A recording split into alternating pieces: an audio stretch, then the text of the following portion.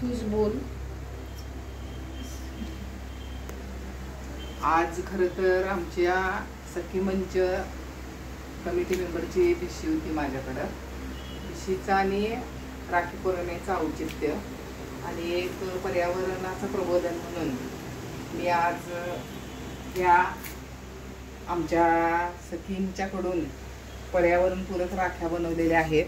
त्यामध्ये घरामध्येच आपण ज्या भाज्यातून बिया ज्या वेस्ट करतो त्या बिया अशा साठवून ठेवलेल्या आहेत।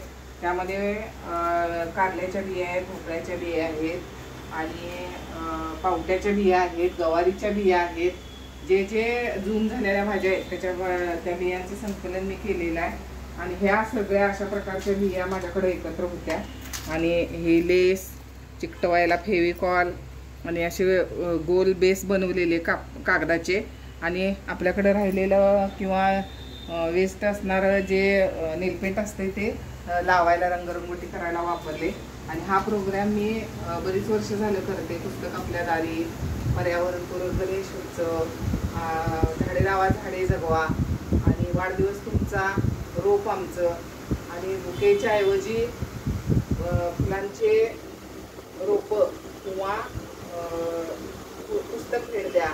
ह्या ज्या उपक्रमातून हा एक उपक्रम असा आहे। त्या उपक्रमाला गेल्या वर्षी मुंबईतून मला 3 राख्यांना माझ्या बक्षीस मिळालेलं, तिथं सन्मान झालेला आणि त्या राख्या एका आश्रमात सुद्धा मुलांनी बांधून घेतल्या आणि त्याचं दुसऱ्या दिवशी मातीमध्ये रुजवून ते रोप तयार करण्यासाठी त्या मुलांनी प्रयत्न केला।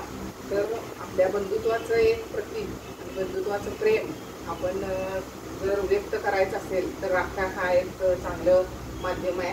पर्यावरणाला आपल्या ते आवडेल आणि एक चांगला उपक्रम समाजानं त्याला संमती द्यावी आणि तो आपणही करावा।